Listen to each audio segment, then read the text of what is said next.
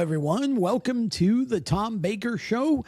I am Tom Baker, and I am joined, as always, by my co-host and Steering Wheel Nation's editor, Jacob Seelman.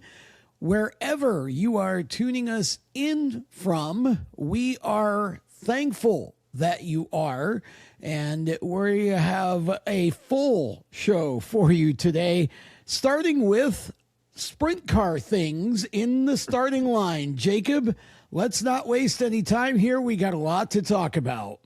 We do have a lot to talk about, and I think we could call this sprint car things or things with wings. Take your Things pick. with Either way, wings. There you go. I was going to say, either way it rhymes, and I like the rhyme, and it's all fun things that I really enjoy talking about. Sprint car racing is obviously one of those, and my initial thought to this entire starting line is sprint car racing is in a really, really fun place right now, Tom, when you look at it between the World of Outlaws and High Limit, just to name the two biggest puzzle pieces of the current sprint car dynamic. And I think I would add, if that's thought number one, I would add 1A as a subset here, that the youth movement in sprint car racing right now is not only real, it's an absolutely wonderful thing, because when you can get a race like we saw at Park City, Kansas at 81 Speedway between Buddy Kofoid and Ryan Timms, for those who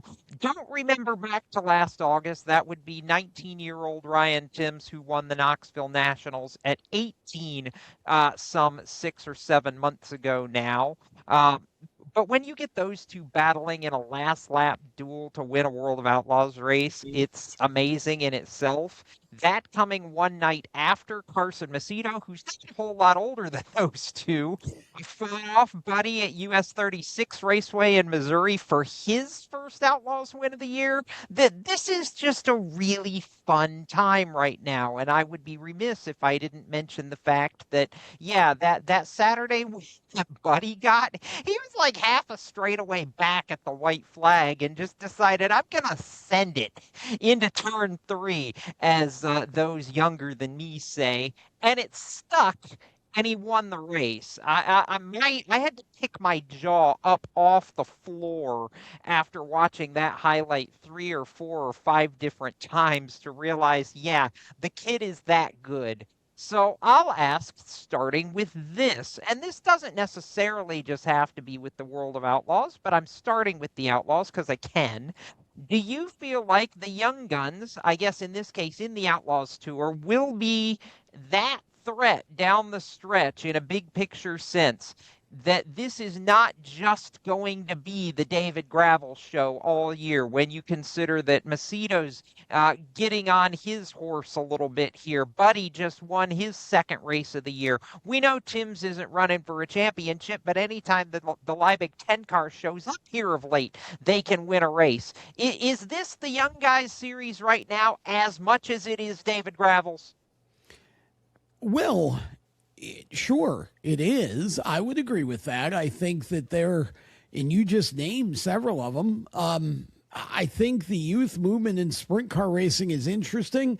I think that, honestly, it's refreshing too. I think that Yes, it is. because I feel like some of these younger drivers that are coming up through the sprint car ranks now into the 410s, I don't think they have any interest in taking a turn toward NASCAR. I think some of these drivers they're lifer sprint car racers. I don't think they have any interest in, and that's been a real problem for sprint car racing over the last couple of years. Oh, yeah, for sure.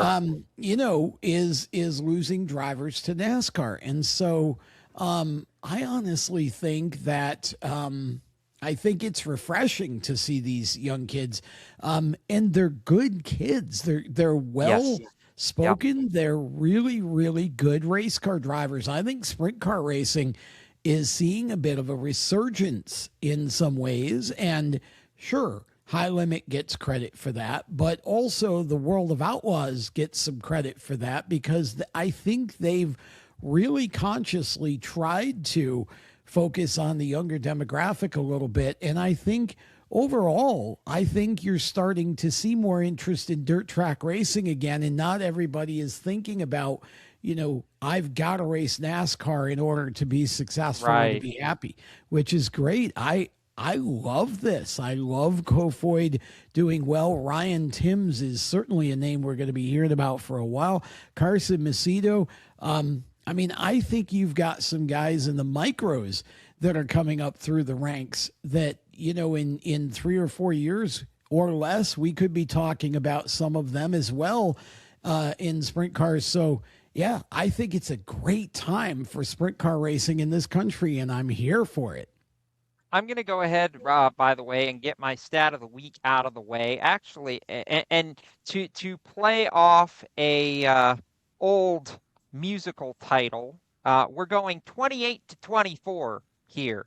Buddy Kofoid's win from Kansas ties him with one of Sprint Car's icons in Ron Schumann for 28th on the all-time World of Outlaws win list with his 24th career series victory. And oh, by the way, just for track's sake, he becomes the 9th different Outlaws winner at 81 Speedway. Tom, you're old enough, you should know which musical song title, I guess I should say, I was trying to be semi ha-ha in. Well, I'm a little confused, but I'll take a wild stab at it. Were you trying to play on 25 or 6 to 4 by Chicago? See, you're smart. You figure. I didn't even have to spoil it. Look at you. You get a gold. You get a gold star. I'm not sure it was a home run, but you might have gotten a single out of that one. It was a stretch, but we'll give it to you. One of the all-time great songs as well. Yes. I actually know how to play the trumpet part on that. We did that for high school band on a completely unrelated note. But back to sprint cars, if you will. Bullet point number 2 on the starting line here. Is Tanner Thorson for real? All the social media pundits have been asking this question for a couple weeks and substantially irritated Tanner, I might add, because he's gone out and really basically made it a mission to shut the haters up, in Tanner's words.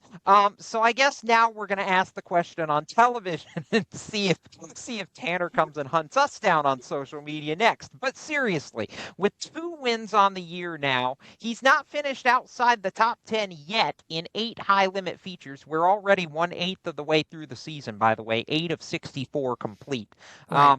Thorson mathematically is the early title favorite when you've got guys like Aaron Reitzel, Rico Abreu, Tyler Courtney. So I'll just ask it straight out. Tom, are you a believer in Tanner Thorson's title chances at high limit, or does he fall off during the summer like he did last year? Anybody can get off to a hot start, but as we all know in this industry, it's not how you start, it's how you finish. Well, sure. I think Tanner's got as good a shot as anybody. I'm not going to make him the absolute favorite for the championship, but I surely believe he's a contender. Tanner is a driver that let's be real here. I think a lot of people still think of Tanner as one of the young guns. Tanner's been around a while. Yes. He's proven he can win in a lot of different things. I think Tanner Thorson is definitely a title contender. I think the high limit series right now, we talked a little bit about this last week. High limit is loaded right now, as is World of Outlaws, but it's been hard for anybody to sort of take a hold of the high limit series and show dominance here just in this first portion of the season.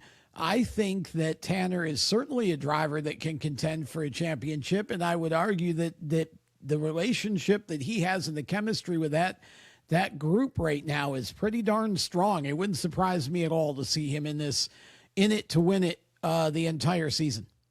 I know he married into the family, so he kind of gets a freebie tag there. But when you have Stevie Smith as your crew chief, somebody the likes of Stevie in the sprint car world as your crew chief, that automatically gives you a little bit of a leg up, I feel like, against some guys, because the wealth of knowledge that's there is just unbelievable when you consider what Stevie was able to get his own cars to do when he was driving, let alone being able to pass that knowledge on now to Tanner and to Tanner's team. And just to clarify for anybody who maybe doesn't know the dynamic there, Tanner married Stevie's daughter. So, like I said, he married into the family there. But regardless, I mean, to me, that is a big asset to the Rod Gross Motorsports bunch that maybe other teams, and I'm not saying other teams don't have great personnel, but that's a little ace in the hole, if you will, to use a high limit phrase. And I think it's really showing right now. Tom, I feel like we're seeing a different Tanner Thorson than maybe we've seen over the past couple years as he's kind of come into this role in winged sprint car racing, because he's driving motivated. He's driving like somebody who knows what he wants, and he's going out and getting it right now. And I think there's a lot to be said for that. Well, I agree. And just to be clear, I was not thinking about the marriage part when I made the chemistry statement Okay. a I minute or didn't two figure ago. you were. But that would only strengthen my point. I Yes. think that Yes. there's True. great chemistry there. But Yes. you're right. I think Tanner is, he seems to just be more relaxed and more mature. Yeah. And I don't even know if mature is the right word, but I think it could be. Again, he just doesn't seem as wild. His driving is more on point. I mean, it's just, you're right. It's just a completely different version of Tanner. And maybe it is the married life. I mean, he may be at a point in his life where he realizes now, this is my future. This is where I'm going. This is what I want to do. He's not, any longer messing around with trying to get to NASCAR or stick in NASCAR, Right. And that can make a big difference. And that's why I say, I think Tanner's got a good shot to be around at the end of the season contending. And I think that he has an opportunity here to really evolve his name and his brand, and to be one of the best for a long time to come if he sticks around and continues to run the way he is. All right. So I'll add another thing that I noticed that I appreciate out of the high limit bubble right now, Tom, in that I just want to add, it's been really, really cool the last couple of high limit races to see CB Industries fielding a winged entry for the likes of Logan Seavey. And I know Yes. I don't, to my knowledge, that's not a full season effort by any stretch. I believe Logan still has, at least as far as I've been told, Logan still has USAC commitments this year that he intends to honor. But just to see him get into the winged space a little more, you and I both know Logan is a supreme talent, whether it's with a wing, without a wing, in a sprint car, Agreed. midget, silver crown. It doesn't matter what the kid drives. I say kid, he has a kid of his own now, but he still feels like a kid to a lot of us. Regardless, Logan is supremely talented, and I think to see him, particularly the Tuesday night race, the first midweek race where he was battling Reitzel there before Reitzel went on to win at Votto. I mean, that to me was fun because it showed a different dynamic of Logan. We're so used to him being good in the long distance races that to see him in a wing car, I think in these short sprints and a different driving style, I love that. I hope he gets more opportunities from that team. Yeah, I do. I do too. And I think the variety is good. I think it's good to see some Yes. part-timers like Logan.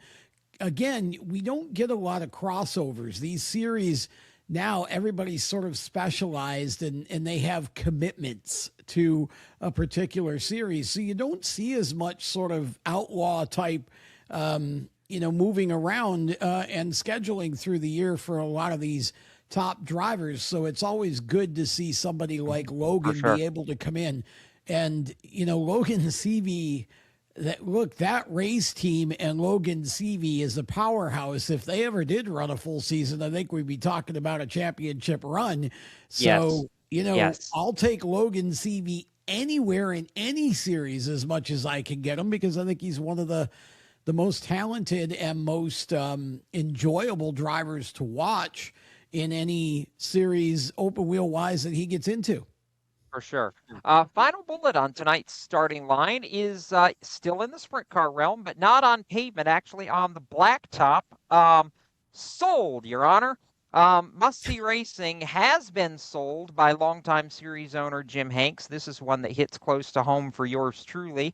Longtime official Tony Roberts going to take over the series. Tom, you and I both have attended. Of course, I've been part of the series for the last now almost 12 years. So Yep. this is one of those moments that really made me stop and take stock, just because Jim gave me such a huge opportunity to take on the public address role in 2015.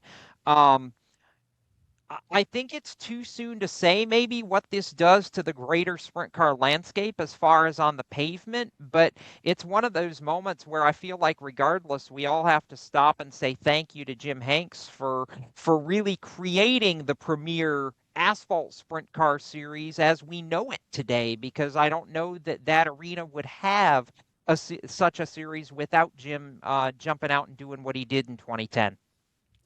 Yeah, I agree with you totally. I've had the chance to meet Jim a few times and spend some time with Jim, and just a super nice man who really, Jim and his wife put in a ton of effort, as you know, Yeah, into building this series into something special, not only with, streaming coverage, TV coverage, but also, some of the new tracks. It's expanded into the Southeast where we are. This is a series that Jim really grew and watered and developed, and it's I know it's been hard for you. We've obviously yeah, talked off camera, but it's tough for me as a race fan who loves open wheel racing. It's tough for me to even imagine the asphalt sprint car racing world without Jim Hanks in it. And so, but we all get to a point in our lives where it's time to, it's time to turn a page. And, Jim appears to be leaving this series in very good hands. I've heard nothing but good things about Tony Roberts, and I hope that he's able to take this and not only maintain what Jim's had, but maybe even take it to another level, because I love asphalt sprint car racing, and there's certainly room for it to grow. for sure. I'll add a couple nuggets here as we hopefully get closer to the start of a 2026 season for Must See Racing. As of everything we know right now, the season opening weekend at Anderson, South Carolina, and Cordell Motor Speedway in Georgia is still on deck for May 7th and 8th. Tony's given no indication since taking over the series that that's going to change. Joe Ligori enters as the defending series champion, getting ready to go after a fourth series title in 2026. That would be second to only Jimmy McCune, who has 5, and certainly a lot of interesting storylines still in that series going into 2026 on the driver's side. They just had a promo day a week or so ago at Anderson, getting ready for the opener that featured Tommy Nichols out of Florida and Colton Bettis, who is also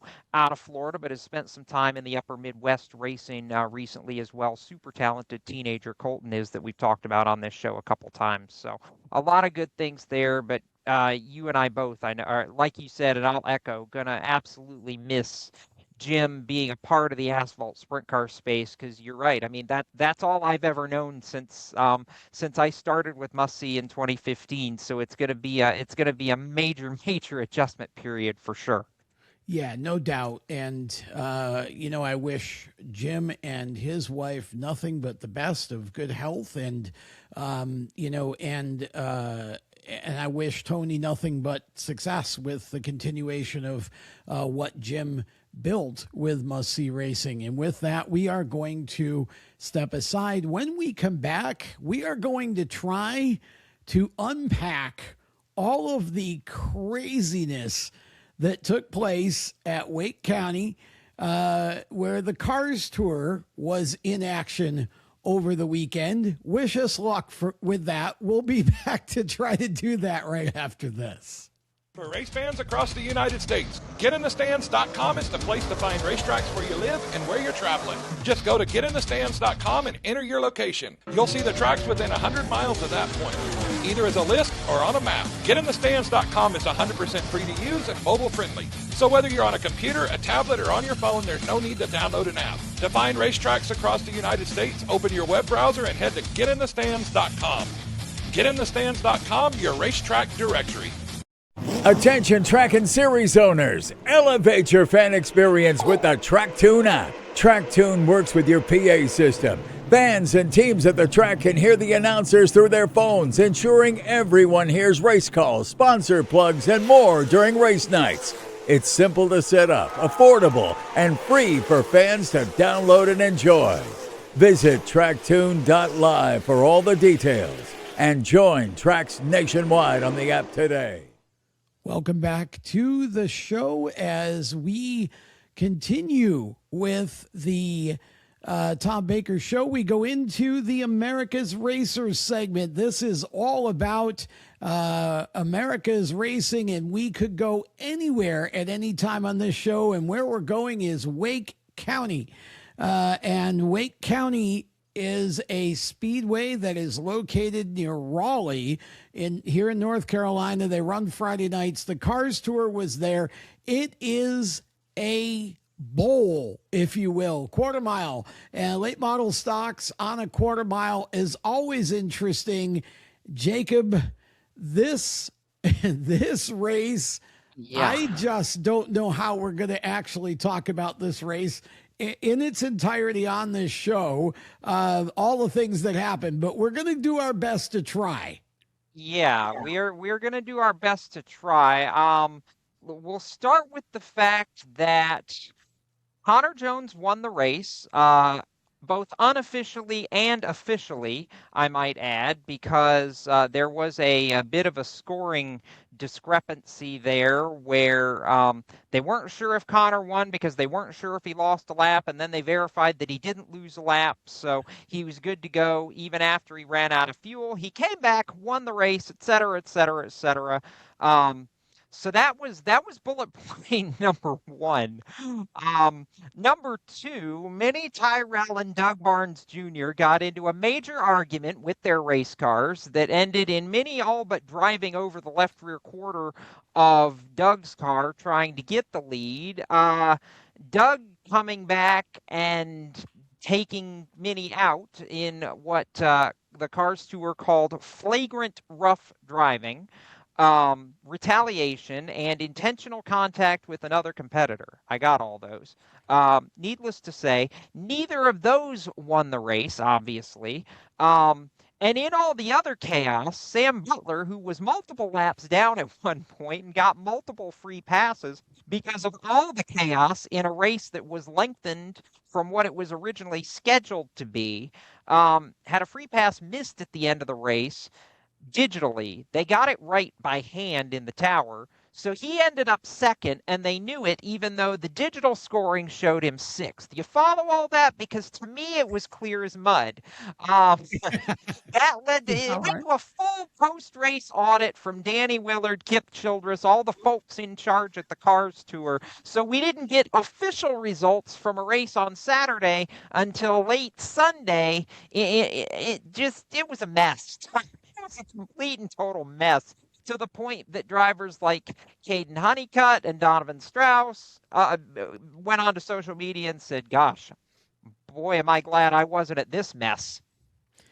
Yeah, I don't even know where to start with this. First of all, there are some things that we didn't even talk about, but just keying on what you brought up there. First of all, we can update the Minnie Tyrell Doug Barnes spat.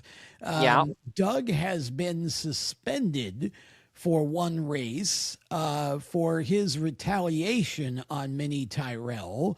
and he's been put on probation for the balance of the season. Now, Doug's had a rather checkered past at times, and I don't mean just checkered flags. So I think that's one reason he got the suspension, while Minnie Tyrell, for his part in the incident, got merely probation.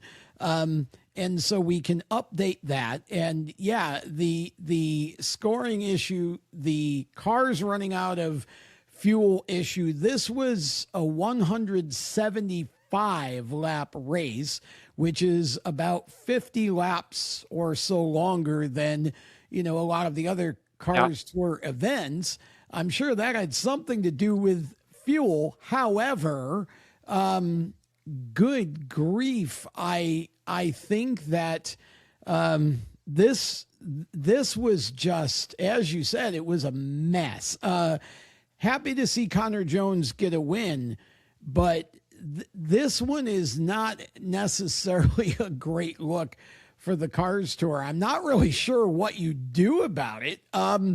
But, there are a lot of people complaining about certain cars jumping restarts, but not being penalized for it. Just this one seemed to get a lot of ire from the fans, as much as it did, a lot of positivity from the fans, which I know is not what the Cars Tour wants. So hopefully they'll be able to straighten all this out. But that race was just not one of the better races of the year by far. And by the way, before somebody says, well, of course, you would expect that on a bull ring track like Wake County.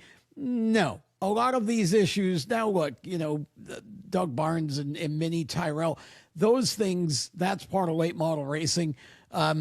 Too much a part of it in my eyes, but the fuel issues, the mix up at the end of the race with scoring, they got to clean that up. Yeah, they really do. And I will, by the way, add to all this that the scenario surrounding Connor never losing a lap, where they had the caution with 166 complete, where Connor ran out of fuel.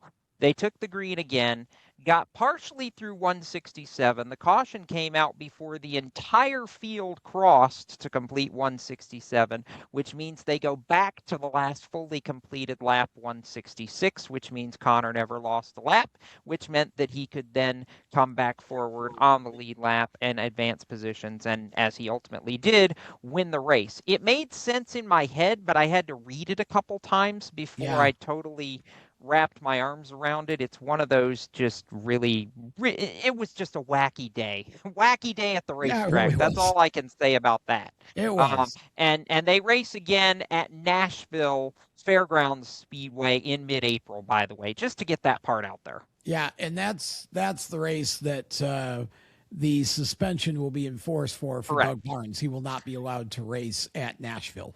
Correct, and that will basically end his title chances. He was going to run for the series championship, and having to miss a race means that's basically not going to happen now. So with that said, next bullet in this America's Racers segment, going to stay in North Carolina, come back west a little bit to Hickory Motor Speedway, where we had an ARCA Menards Series East race, which was a whole lot of fun, by the way, getting to watch those highlights and wishing I hadn't had to work the day job so I could have gone and seen it in person, because Hickory was packed. That's my home track for those who don't know. I was thrilled to see this happen for ARCA.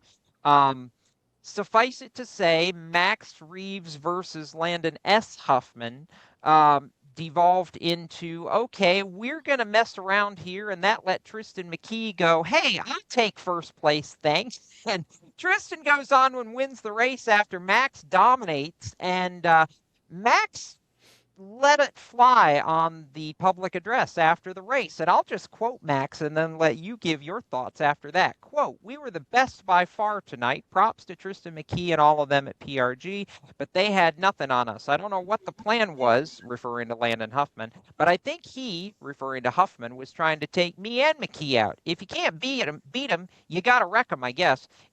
This reminds me of that one interview with Kyle Busch when he cried at the haters. "There's a reason I'm in the 18 and not one of these other cars." End quote. And your response? Yeah. So, what's unfortunate oftentimes these days is that I don't think a lot of these drivers like Max Reeves get the proper media coaching from the people around them as they're coming up the ranks. This was not a good interview for Max at all. And I've known Max for a few years now, since he, was in the legend cars. And Max is a nice kid. He really is. He and his younger brother, Rue, are both really nice kids, but this didn't come off the way I think he meant for it to. It came off very arrogant and cocky, and he got a lot of boos, which is Yes, why he did. he went Yes, to the he Kyle did. Busch analogy, except he's not Kyle Busch, and probably never will be, to be honest. Again, you've got some of these guys that, I don't want to say Max hasn't earned his opportunity, but let's be real here. This is, it's money. And I think that you've got people around him that should be teaching him about the off-track part of this. And I don't think a lot of times that happens with these so-called driver development programs. Nobody teaches these young racers how to handle themselves on the microphone or away from the track. They only teach them how to race on the track. And so no, it was really interesting. And I don't want to let that be our conversation about the ARCA race, though. Because two other reasons real quick. Number one, the fact that ARCA's back is running at Hickory Motor Speedway was amazing. And I hope that place was absolutely slam. Yeah. Talked with our Christian Wilson a little bit from Steering Wheel Nation, and he said, I haven't seen this many people at Hickory in a long time. But also, I think there was another rather interesting part to this. Squirrel McNutt, the cameraman for Ricky Bobby, or as he is better known, Garrett Mitchell, or as he is better known, I'll let you say this one, Jacob. Cletus McFarland. He actually ran in this event and finished, I think, 13th. And I don't know that Squirrel McNutt had ever raced anything in his life. And if he had, it certainly isn't the ARCA level. And so I have to give a call here, because although it feels to me like ARCA's basically thrown out its driver audition requirements here, eligibility, I have to give the guy credit. He ran a good, solid race, and and was very emotional afterwards. So at least it was good that it meant that much to somebody to go out and finish 13th. I mean, you may not agree with it, but you have to smile at it. Yeah, I have to give you that. One of those where I just sat back and was like, wait a minute, this is a thing that's actually happening. It's but no, it was cool. And like you said, it was cool to see how much it meant to him to play that part, not play that part, to be there, to do what he did. And okay, it was 7 laps down, but he got to the end, and I don't think he pissed anybody off along the way. So that's a win, right? Exactly. Yeah. And I mean, Squirrel McNutt, come on. You just, the T-shirts are coming, I'm sure. And then we can close this real quickly here with Steven Kopchik picking up a win in the NASCAR Wheel and Tour modified race at Martinsville, Jacob. And I honestly, you ask me, do I think this is a one-hit wonder? No, I don't. Steven is a really talented racer. He's beaten himself a number of times, or I think he might have had more wins. And I think Steven is a driver that you might see now go on a bit of a run after this.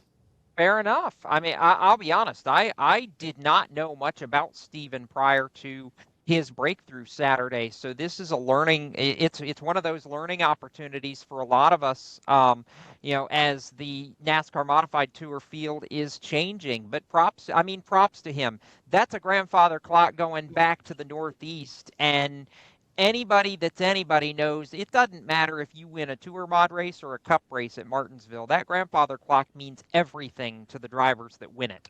It does, and it's the kind of a situation, a kind of an event that can change your racing direction here. So good for Steven. That was a big win for him. We're going to take another break. When we come back, last lap on the Tom Baker Show right after this.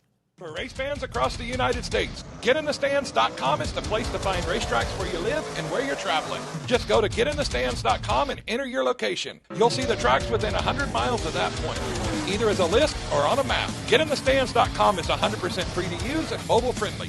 So whether you're on a computer, a tablet, or on your phone, there's no need to download an app. To find racetracks across the United States, open your web browser and head to GetInTheStands.com. GetInTheStands.com, your racetrack directory. Attention track and series owners, elevate your fan experience with the TrackTune app. TrackTune works with your PA system. Fans and teams at the track can hear the announcers through their phones, ensuring everyone hears race calls, sponsor plugs, and more during race nights. It's simple to set up, affordable, and free for fans to download and enjoy. Visit tracktune.live for all the details and join tracks nationwide on the app today. Welcome back to the show. It is time for our last lap segment, and this portion of the show being brought to you this week by Miller Tech Energy. With race weekends coming up, a lot of fans are getting ready to spend a full weekend at the track. Now look, if you're running an RV or a golf cart, reliable power is not optional, and Miller Tech builds premium lithium batteries designed to keep you going all weekend long. And check this out. They are backed by a no-hassle 10-year warranty. So when you go to change your battery in your RV or your golf cart or your boat, Miller Tech is the way to go. 10-year warranty. Head to MillerTechEnergy.com. And if you're looking, use code NASCAR10, NASCAR10 for 10% off your order. And Jacob, our last lap segment starts with Chase Elliott. Yes, it does, because he took it upon himself to snap the 6-race losing drought for Hendrick Motorsports to start the Cup Series season, and basically looked a dominant Denny Hamlin in the eye and said, "I'll raise you one, sir." Denny led almost 300 laps. Chase and Alan Gustafson, I might add, used great pit strategy to jump him and then hold him off down the stretch. But I'll ask the bigger question. Did upping the horsepower to 750 do anything to help the short track product in your mind, sir? I don't know. I've listened to a few drivers talk about it and some of the shows. It didn't seem to matter. I didn't think that Sunday's race was all that great, to be honest. I'm not sure it made too much of a difference in terms of the overall product on the racetrack at Martinsville. I think it helped at Darlington. I think it helped at Phoenix. I just think they need to do more work. The short track product right now at Martinsville, for whatever reason, is just not there. I don't know. I think Gluck's poll was basically 50-50 on whether or not the fans thought it was a good race. I think they could go more horsepower yet, maybe even softer on the tires. But if it were up to me, we'd just throw the car out and start over. Yeah, I'm slowly beginning to agree with you, at least in terms of the short track product where that's concerned. No, it's not going to happen. But we can try and speak it into existence, yes, but it's not going to happen. Exactly. On the IndyCar side, Alex Palou did more Alex Palou things. He beat them down at Barber, and in doing so, and by winning by 13 seconds, I might add, closed in to within 2 points of the championship lead in IndyCar held by Kyle Kirkwood. And in all of that, by the way, Graham Rahal finished third. Have we learned anything at all other than Alex Palou is still that guy? Alex Palou is that guy. And if it weren't for the crash that he had, I would argue that Alex Palou would be in a position right now to clinch the championship by June.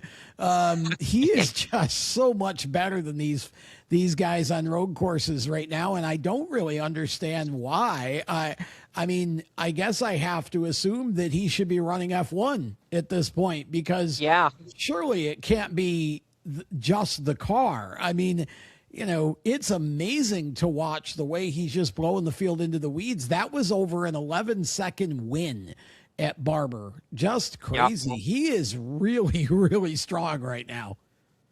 He is that for sure. And I mean, 2 wins out of 4 races. He's won 20% of his career IndyCar races, period. That there's not much this guy has not done yet. No. Last bullet that I have on my sheet. Keelan Harvick, yes, Kevin's son, wins the Spears Cars Tour West race at the Las Vegas Bull Ring. He beat Dylan Capello, Lane Riggs' crew chief, by the way, and Taylor Mayhew, David Mayhew's son, to do it. Are you surprised? Because I'm not. No, I mean, you know, Keelan is he's come a long way. I mean, you put him in a late model now, and even though he's still, 14, I think? 13. He now is driving like a 20-year-old, right? Like he's mature. He's not making the big mistakes. Keelan Harvick is going to be an amazing racer, probably by the time he's, about 16.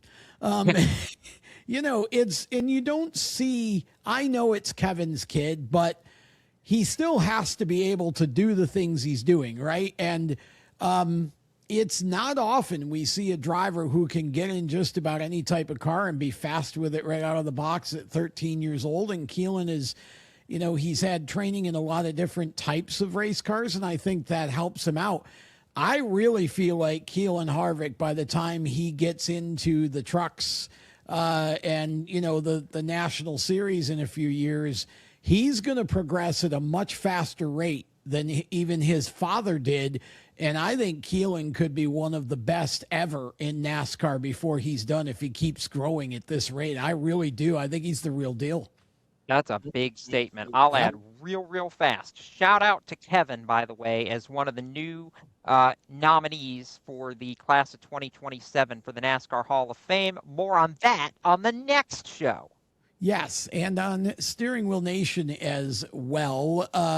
You know, the NASCAR Hall of Fame, it's been an interesting discussion this week for sure, because, you know, people debating whether it's the Cup Hall of Fame or the NASCAR Hall of Fame. Jacob, on the door, it does not say Cup. It just says NASCAR Hall of Fame. And so I'm not sure what some people are thinking, but yes, Kevin Harvick, a first ballot nominee, and that's not a surprise, and I'm sure he'll probably end up getting in. And with that, that brings this week's show to a close. SteeringWheelNation.com for more exclusive content, and of course on the social media networks at The Wheel Nation, Facebook, X, and Instagram. So long, everyone.